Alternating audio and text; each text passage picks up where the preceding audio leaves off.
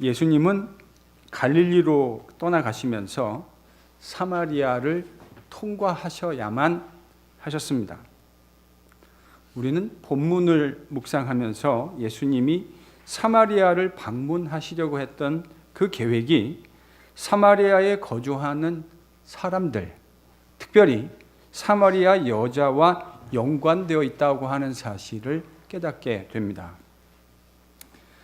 주님은 쇼커식이었기 때문에 사마리아를 통과하셔야만 했던 것이 아닙니다.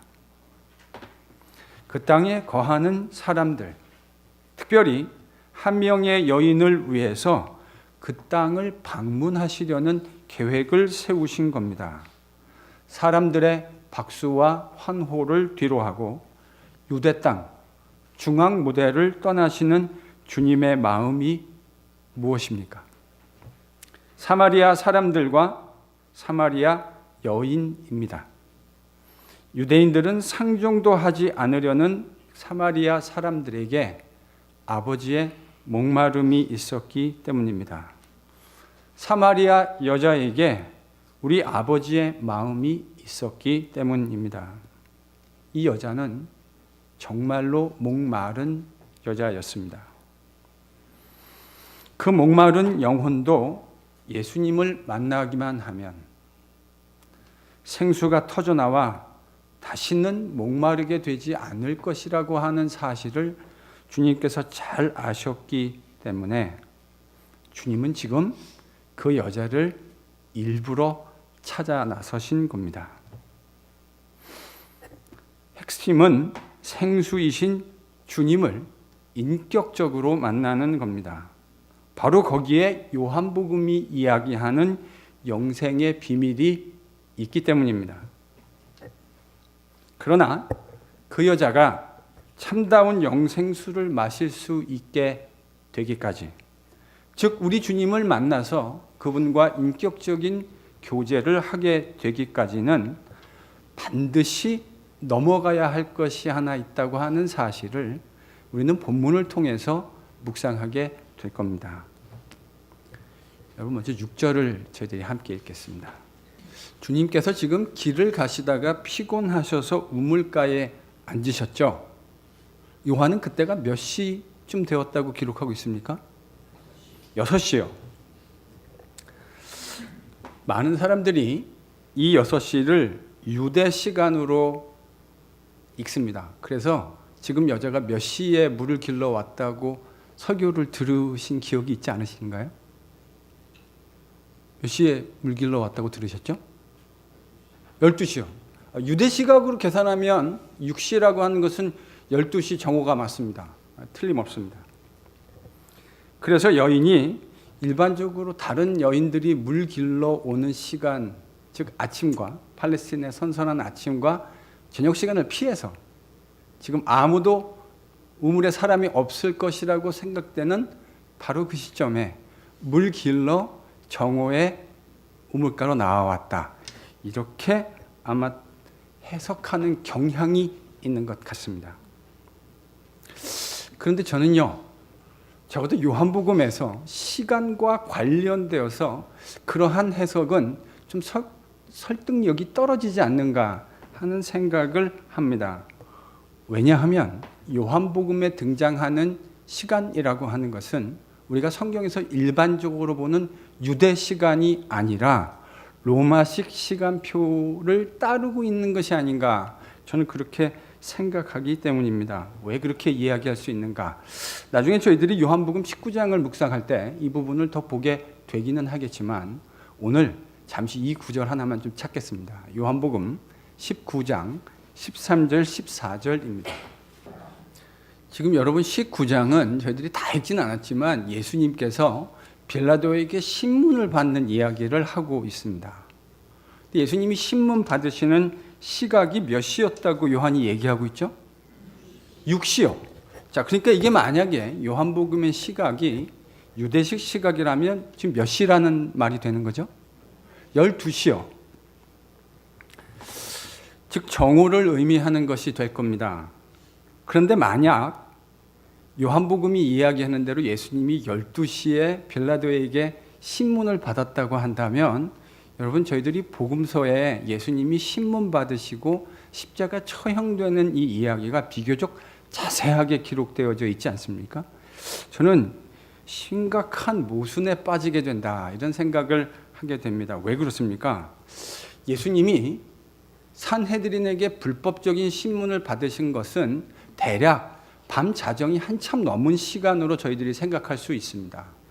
그 산헤드린의 불법적인 신문을 받으시고 난 후에 예수님은 새벽같이 일찍 누구의 손에 넘겨지셨습니까? 빌라도에게요. 그래서 새벽 일찍 빌라도에게 신문을 받으시고 난 후에 예수님은 로마 병정들에 의해서 몇 시에 십자가에 못 박히셨습니까? 오전 9시경에요. 그리고 12시경에 십자가에 달려있는 예수님 바로 그 처형장 위에 그 장면 위에 칠흑 같은 어두움이 3시간 동안 지속되었다고 복음서는 기록합니다. 그리고 주님은 오후 3시경 숨을 거두셨습니다. 이게 복음서가 이야기하고 있는 시간표입니다. 그런데 만약에 이 6시가 정오를 이야기한다면 어떤 심각한 모순에 빠지게 되는 거죠? 예수님이 다른 복음서에서는 십자가에 달리셔서 어둠이 한참 임했을 바로 그 시점에 예수님은 지금 빌라도에게 신문을 받으시는 것으로 이해될 수밖에 없습니다. 그래서요, 본문에 요한복음에 등장하는 시간은 저는 유대 시간이 아니라고 생각합니다. 로마식 시간 표현이었던 것 같아요. 요한복음은 그 시간을 따르고 있는 것 같습니다. 그러니까 지금 여기 6시라고 기록되어 있는 19장의 6시는 오전 오후 중에 오전 6시, 그러니까 저희들이 아침 6시를 이야기하는 것으로 이해해야 할 것 같습니다. 자, 이제 그러면 본문으로 좀 돌아와 보죠. 본문으로 돌아와서 예수님이 그 우물가에 앉으신 시각이 몇 시라고 얘기했습니까? 6시요.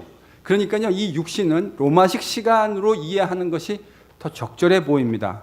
두 가지 초이스가 있습니다. 가능성이. 오전 6시와 오후 6시일 확률이 있습니다. 둘 중에 하나일 텐데. 일단 두 가지 근거에 의해서 오전 6시는 말이 좀 되지 않는 것 같아요. 왜 그렇습니까? 본문을 보면 예수님은 이미 이날 상당한 행로를 걸어오신 것으로 기록되어 있습니다. 그래서 지치셔서 곤하셔서 우물가에 쉬셨다. 그러니까 물론 예수님이 새벽 시간을 걸어오셨을 가능성이 없는 것은 아니지만 정황상 오후일 가능성이 더 많죠. 또 하나 결정적인 증거는 제자들이 지금 예수님이 이 우물가에 오셨을 때 뭐 하러 갔습니까? 음식을 먹을 것을 사러 갔습니다. 이 말은 오전 6시보다는 이 두 가지 증거는 오전 6시보다는 몇 시일 가능성이 훨씬 더 많아지는 거죠. 오후 6시일 확률이 매우 많아지는 겁니다.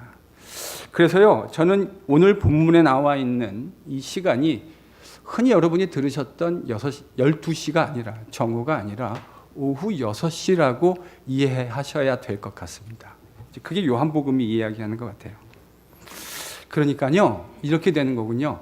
여자는 다른 사람들의 눈 피해가지고 지금 우물가에 물길로 온 것이 아니고 다른 여자들과 똑같이 그 따가운 눈총을 받아가면서 물을 길러 온 겁니다. 그리고 그 물길로 왔다가 지금 누구를 만난 거죠? 주님을 만나게 된 겁니다. 예수님은 우물가에서 만난 사마리아 여자에게 물을 좀 달라고 요구하셨습니다. 이것은 당시 사회적 관습을 깨는 행위였습니다. 이렇게 얘기하니까 여러분 사실 이 설교를 참 많이 들어보지 않으셨습니까? 요한복음 4장에 이 수가성 여인의 이야기를 참 많이 들으셨는데 저도 그렇게 들었던 것 같아요. 이게 남자가 여자에게 이 당시에 말을 거는 게 참 억울한 건데 바로 이제 그게 사회적 관습을 깨는 것이다. 그렇게 이야기하는 이야기를 제가 들어본 적이 있습니다. 근데 저는 적어도 그거는 좀 아닌 것 같아요. 본문이 말하려는 그거는 아닌 것 같아요. 여러분 일단 아브라함의 종이 리브가를 만나서 우물가에서 여러분 이 성경에 보면 우물가에서 참 많은 썸띵들이 이루어진 것을 저희들이 압니다. 그렇죠? 아브라함의 종이 리브가를 만나서 말 걸은 것도 우물가였고, 바단 아람으로 도망가던 야곱이 우물가에서 누구를 만나게 됩니까? 라헬을 만나잖아요. 그래서 없던 힘도 막 생겨가지고 무거운 것도 벌쩍벌쩍 들고. 남자들은 그렇잖아요. 자기가 좋아하는 여자가 있으면 없던 힘도 막 생기는 게 남자들인데, 남자가 우물가에서 여자들한테 말 거는 스토리가요, 성경에 꽤 많이 있어요. 그러면 제가 무슨 의미로 사회적 관습을 깨는 행위였다고 말씀드린 건가요? 그건요, 이 여자가 하는 반응을 보면 알 수 있습니다. 여러분, 구절을 같이 읽습니다. 사회적 관습을 깼다라고 하는 거는 남자가 여자에게 말을 걸었다, 여기에 포인트가 지금 있는 게 아니고요. 요한은 어디에 지금 포인트가 있냐면, 유대인이 사마리아 사람에게 말을 걸었다, 여기에 포인트가 있는 겁니다. 이것과 관련돼서 지난주에 제가 설명을 드렸습니다. 주전 128년 하스모니안 왕조 마카비 혁명 그 무렵입니다. 그때 존 힐카누스라고 하는 유대인이 그리심산에 있었던 사마리아 성전을 불로 태워서 처참하게 짓밟아 버렸습니다. 그 일 이후에 유대인들과 사마리아인들은 서로 상종할 수 없는 사람이라고 서로 인식하고 있었어요. 아주 적대적인 관계에 있었던 거죠. 그런데 유대인이신 예수님이 지금 사마리아 땅에 들어오셔서 사마리아 여자에게 물을 달라고 요구하신 겁니다. 일단 유대인이 사마리아 땅을 지나가는 일도 거의 없었거니와, 그러니까 유대인과 사마리아인이 유대 땅에서 서로 이야기할 일은 더더욱 없었겠네요. 그런데 유대 남자 우리 주님께서 지금 사마리아 여자에게 물을 달라고 요청하신 겁니다. 이 예기치 않은 요청에 아마도 이 여자는 이런 일을 당최 처음 당하는 일이었을 것이라고 상상할 수 있지 않을까요? 이 당혹스러운 유대 남자의 요청에 당혹스러웠던 겁니다. 여자의 대답을 듣고 난 후에 주님은 10절에서 다음과 같이 말씀하십니다. 10절을 같이 읽습니다. 지금 예수님이 말씀하시는 핵심은 이겁니다. 하나님의 선물이 무엇인지 알고 또 지금 너에게 물을 달라 하는 사람이 누구인지 네가 알았더라고 한다면 네가 도리어 생수를 달라고 했을 것이고 그가 너에게 생수를 주었을 것이다. 주님이 지금 이렇게 말씀하셨습니다. 여러분, 이 말씀의 뜻이 무슨 의미를 가지고 있을까요? 여기서 생수라고 하는 것은 요한복음 6장에 가서 저희들이 또 보게 되겠지만, 일단 요한복음에서 생수는 성령을 의미합니다. 보다 구체적으로는 성령이 허락해 주시는 그 영생이라고 하는 것을 의미해요. 그리고 그 영생의 선물이라고 하는 것은 우리 주님을 통해서만 주어지는 것이다. 주님은 지금 그 이야기를 이 여자에게 이야기해 주신 겁니다. 물론 이 여자는 지금 주님이 말씀하시는 영적인 의미를 이해하고 있지 못합니다. 지금 주님이 말씀하시는 그 물에 대한, 생수에 대한 이야기가 단순히 물리적인 차원의 물이라고 오해합니다. 사실 이러한 류의 이야기는 요한복음에서 매우 빈번히 일어나는 그런 주제이기도 합니다. 예수님이 영적인 것을 이야기하는데 사람들이 예수님이 말씀하시는 그 영적인 의미를 이해하지 못하고 오해하는 거죠. 여러분, 요한복음 3장에서 니고데모와의 대화 속에서도 우리가 이것을 보지 않았습니까? 주님은 영적으로 거듭나는 것을 말씀하여 주시는데 니고데모는 그 거듭난다는 말을 물리적인 것으로 이해해서 우리가 다시 어머니의 모태로 들어갔다가 다시 나와야 되는 겁니까? 라는 다소 회개망측한 이야기를 했습니다. 주님은 영적인 것을 말씀하셨는데 이 여자는 예수님이 하시는 그 영적인 의미를 깨닫지 못하고 오해한 거죠.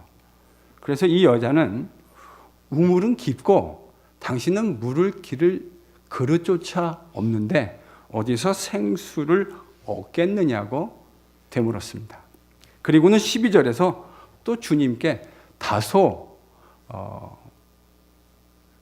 디스파이징 하면서 다소 이렇게 무시하면서 12절에 이렇게 묻습니다. 당신이 야곱보다 더 큰 사람입니까?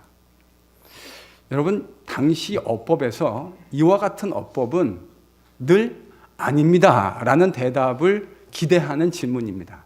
당신이 야곱보다 더 큰 사람입니까? 그러니까 이 여자의 지금 사고 속에 예수님은 야곱보다 큰 사람입니까? 아니면 작은 사람입니까? 작은 사람입니다. 이 여자는 예수님이 누구인지 잘 몰랐어요. 그래서 우리 지금 말씀하시는 주님이 야곱보다 더 크지 못한 분이라고 전제해 놓고 예수님께 이런 질문을 던진 겁니다. 아직 주님이 누구인지 잘 모르고 있는 거죠. 바로 그런 여자에게 주님은 13절, 14절에서 이렇게 말씀하십니다. 이 물을 마시는 자는 다시 목마르겠지만 내가 주는 물을 마시는 사람은 영원히 목마르지 않을 것이다. 왜냐하면 그 샘에서 그 물은 영생하도록 솟아나는 샘물이기 때문이다. 주님이 그렇게 말씀해 주셨습니다.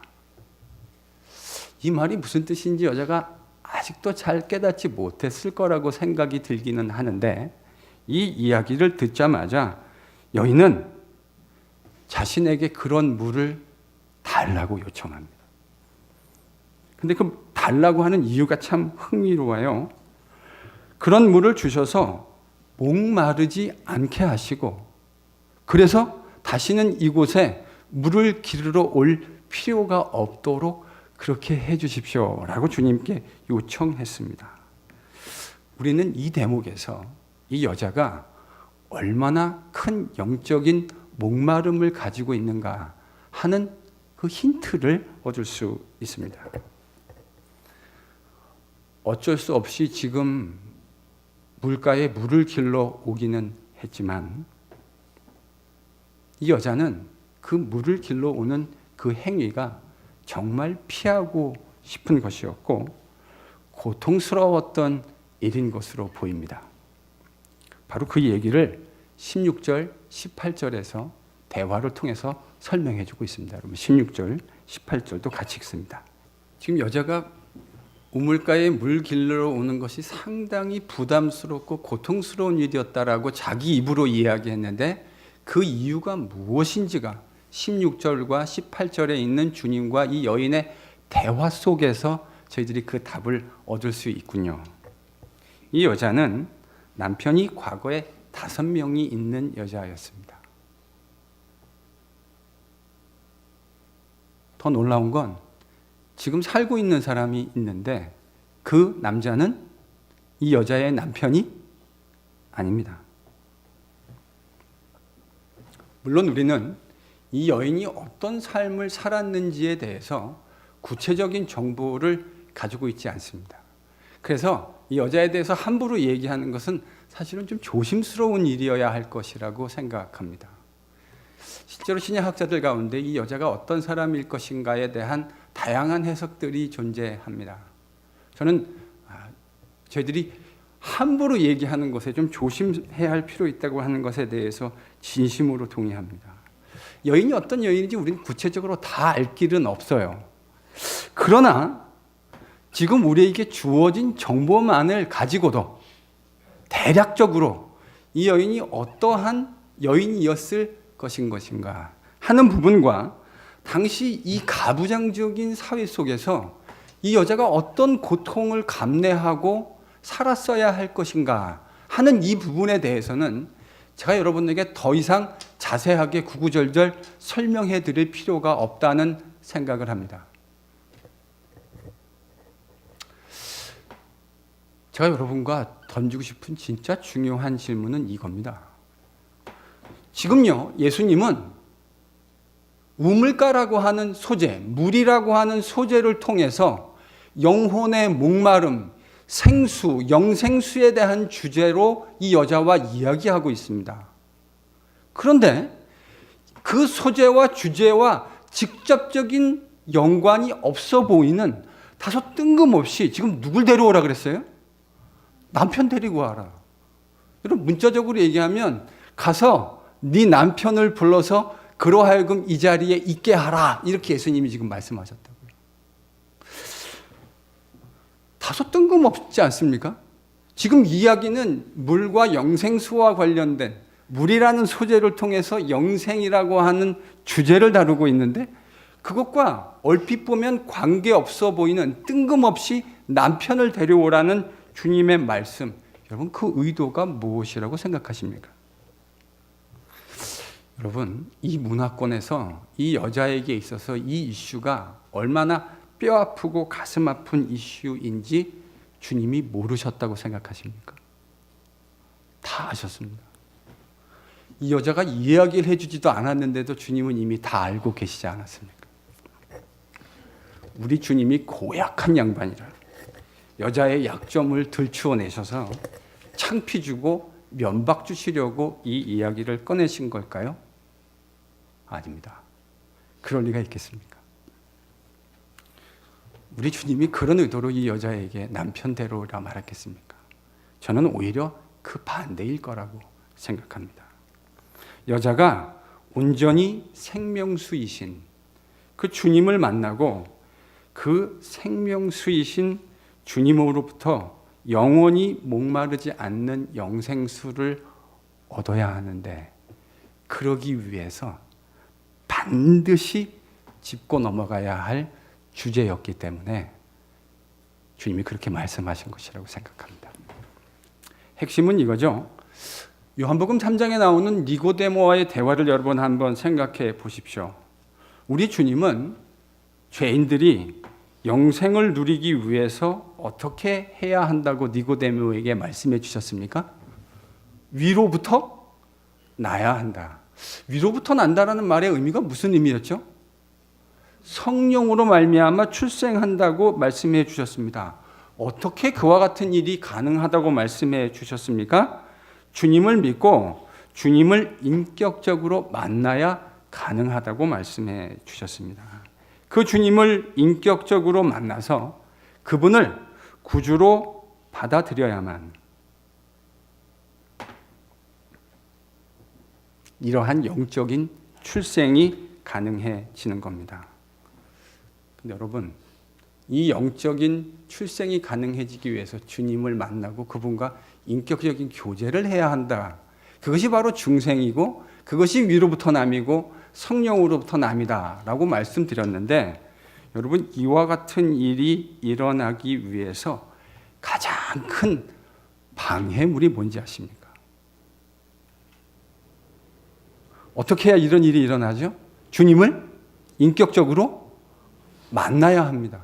그런데 그 주님을 인격적으로 만나야 하는 일이 있어야 하는데 이 일의 가장 큰 방해가 되는 것은 그런 주님을 인격적으로 만나야 하는 우리 자신들입니다. 그것이 주님을 만나는 일에 우리 자신이 가장 큰 방해물이 돼요. 주님을 인격적으로 만나기 위해서는 자기 자신이 구제불능이라고 하는 내가 구제불능 인간이라고 하는 사실을 인정하는 것이 꼭 선행되어야만 합니다. 의사이신 주님만이 죽음에 이르는 나의 그 병을 고쳐낼 수 있다 하는 사실을 인정해야만 우리는 죽음에 이르는 그 병에서 치유를 받아 주님 안에서 온전한 영생의 생명을 누릴 수 있게 되는 겁니다. 여러분 이 원리는 우리가 질병을 우리 육신의 질병을 다룰 때에도 저는 똑같이 적용되어진다고 생각합니다. 우리가 병에 걸리고 그 병을 치유하기 위해서 가장 먼저 해야 하는 일이 무엇이라고 생각하십니까? 어떤 사람이 병에 걸렸어요. 근데 그 병을 고치기 위해서 가장 먼저 그 환자의 입장에서 가장 먼저 해야 하는 일이 뭐죠? 네? 동시에 동시다발로 말씀하시니까 무슨 말씀인지 제가 아이덴티파이가 안 됩니다. 환자 입장에서 가장 먼저 해야만 되는 일이 있어요. 그래야 힐링이라고 하는 치유의 프로세스가 가능해져요. 뭐죠? 어포인먼트.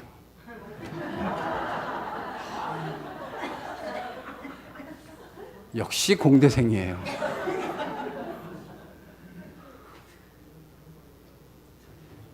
내가 환자라고 하는 사실을 인정하는 겁니다. 의사가 제일 고치기 어려운 까다로운 환자가 자기가 아프다는 사실을 인정하지 않는 사람이에요. 여러분, 내가 아프지 않다고 생각하는 사람을 어떻게 고칠 수 있겠습니까? 내가 아프다라고 하는 사실이 인정이 돼야 그 다음에 의사에게 온전히 나를 위탁할 수 있는 거 아닙니까? 물론 세상에 있는 의사들 별로 그렇게 믿을 만한 사람들은 아니지만, 제가 지난번에 김무철 집사님 아프셨을 때 가봤더니 이 의사들도 돌팔들이 많다라는 거를. 그래도 내가 아프다고 하는 사실을 인정할 수 있어야 그 불완전한 의사에게라도 내 몸을 의탁할 수 있게 되는 거 아닙니까?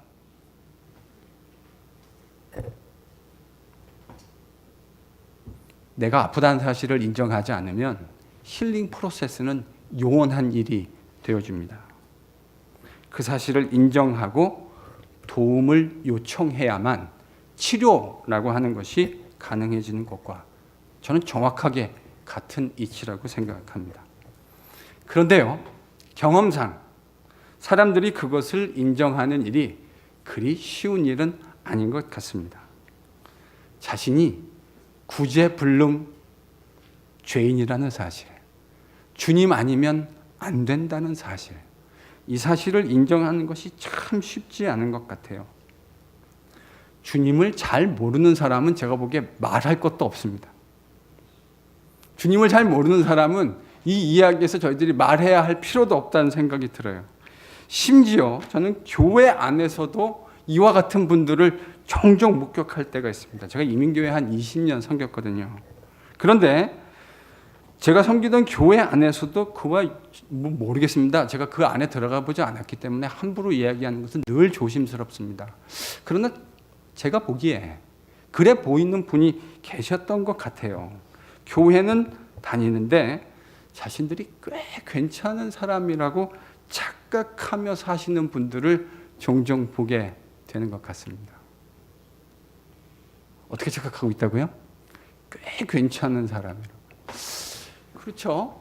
주일날 이렇게 멀쩡하게 양복 입고 넥타이 매고 오셔가지고 안녕하십니까 이렇게 신사적으로 인사하고 그러는데 꽤 괜찮은 사람으로 보이죠.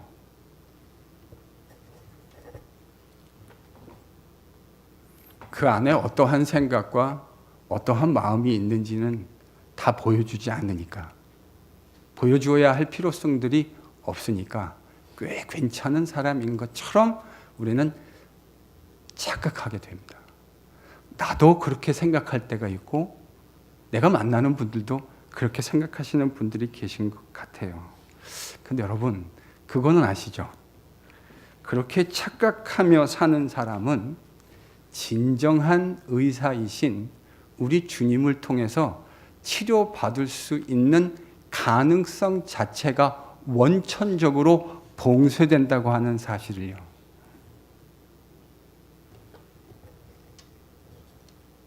내가 병자이고 내가 병들었고 주님의 도우심이 절대적으로 필요한 죄인이라고 하는 사실을 주님 앞에서 고백하지 않는 사람은 주님의 치유를 경험할 수 없습니다. 저는 요한복음에 이와 같은 비슷한 주제의 이야기들이 곳곳에 등장한다고 생각합니다. 저희들이 나중에 또 보게 될 겁니다. 오늘만 4장에서만 보는 게 아니고요. 요한복음 읽어가다 이와 비슷한 주제를 또 만나게 될 거예요. 여러분, 당장 요한복음 9장에 가면요, 소경을 고쳐주시는 이야기가 등장합니다. 그 소경을 고쳐주시는 주님의 이야기의 마지막에 주님이 말씀하시는 여러분 결론이 뭔지 아십니까? 너희가 눈으로 본다고 하는 사람은 주님이 뭐라 그러시죠? 여전히 소경되었고 죄 가운데 있고 보지 못한다고 이야기하는 사람이 보게 된다. 여러분, 그게 요한복음 9장의 핵심 주제입니다. 정확하게 똑같은 이야기를 하고 있는 것 아닙니까? 아프지 않다고 생각하는 사람은 주님께 치유받을 수 있는 가능성 자체가 아예 없어요.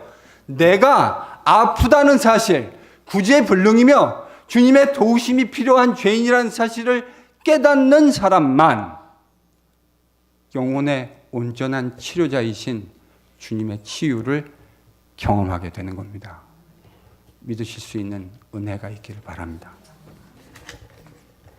그래서 주님은 그 여자의 목마름을 해결해 주시기 위해서 자신이 어떠한 사람인지를 직시할 수 있는, 이 여자에게 이 이슈는 늘 피하고 싶은 이슈였을 겁니다. 생각하고 싶지도 않은 이슈입니다. 우리 가운데 우리의 연약함을 다른 사람들에게 보여주는 것이 마음 편한 사람이 누가 있겠습니까? 그런데도 주님은 이 여자의 영적인 목마름을 해결해 주시기 위해서, 그의 영적인 그 질병을 해결해 주시기 위해서 자신이 어떤 사람인지 먼저 정확하게 볼 수 있도록 인도해 주신 겁니다.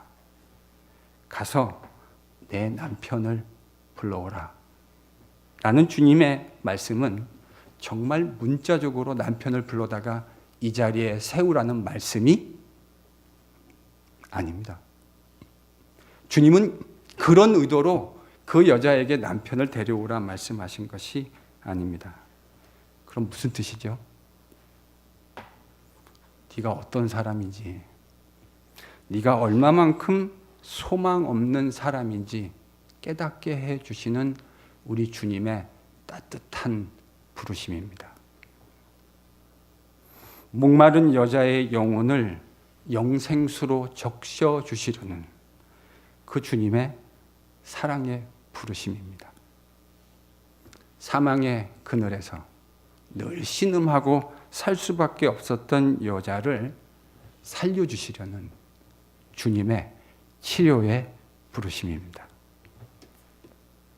이 여자에게 있어서 남편을 불러오라 라고 하는 이 주님의 부르심은 자신이 얼마만큼 형편없는 죄인인지, 주님 없으면 정말 안 될 사람인지를 드러내주는 것과 다른 것이 아닙니다. 본문에서 이 부르심은 주님을 처음 만났던 바로 그 여인에게 주어진 것임에 틀림없습니다. 처음 만나는 사람에게 주어진 이야기 맞아요. 그런데 그 함의는, 이 본문이 주는 함의는 처음 주님을 만나는 사람에게만 적실한 것이 아니라 그 영생의 삶을 날마다의 삶 속에서 여전히 살아가야 할 우리에게도 저는 여전히 의미가 있는 부르심이라는 생각을 하지 않을 수가 없습니다. 내가 형편없는 구제불능 죄인이라는 사실을 날마다의 삶 속에서 고백하는 사람만이 내 영혼의 치료자 주님의 치유를 경험하실 수 있습니다. 내가 형편없는 구제불능이라는 사실을 깨달아야만 우리 주님이 정말로 필요하지 않겠습니까? 교회 다니면서도 여전히 목마르게 살고 계시는 분들을 종종 보는 것 같습니다. 천편일률적으로 획일적으로 대답할 수 있는 문제는 물론 아니라고 생각합니다. 그런데도 저는 이 이유는 꼭 있는 것 같아요. 왜 여전히 목마르게 살고 있다고 생각하십니까? 저는 그 이유 중에 하나가 남편을 불러오라는 주님의 말씀 앞에서 겸손하게 자신을 돌아보고 있지 못하기 때문이라고 생각합니다. 남편을 불러오라. 네가 어떠한 죄인인지, 얼마나 형편없는 인간인지를 보게 하시는 그 주님의 부르심 앞에 우리가 진실되고 정직하게 반응하지 못했기 때문일 것이라 생각합니다. 나의 죄성, 나의 우상을 직시하라는 주님의 부르심 앞에 신실하게 응답하고 있지 못하기 때문입니다. 그것을 직시하고 주님의 도우심을 구할 수 있을 때야 비로소 우리는 치료자 주님을 경험하게 될 겁니다. 나의 연약함과 부족함을 겸손하게 인정하는 삶의 모든 자리에서 우리는 치료자 주님을 삶의 전 영역에서 인격적으로 만나고 경험하게 될 겁니다. 나의 연약함, 부족함을 주님 앞에 겸손히 고백할 수 있는 우리가 될 수 있기를 바랍니다. 바로 그 마음속에 이미 주님께서 영생수로 적셔주시는 귀한 은혜가 시작되는 줄로 믿습니다. 우리 다 함께 우리의 연약함을 주님 앞에 겸손히 고백하십시다. 주님, 저는 구제불능 죄인입니다. 주님의 도우심이 없이는 한순간 1분 1초도 제대로 살아갈 수 없는 목마른 사람입니다. 주님, 저를 다스려 주십시오. 우리 함께 주님께 나지막하게 한번 기도하겠습니다. 기도하죠.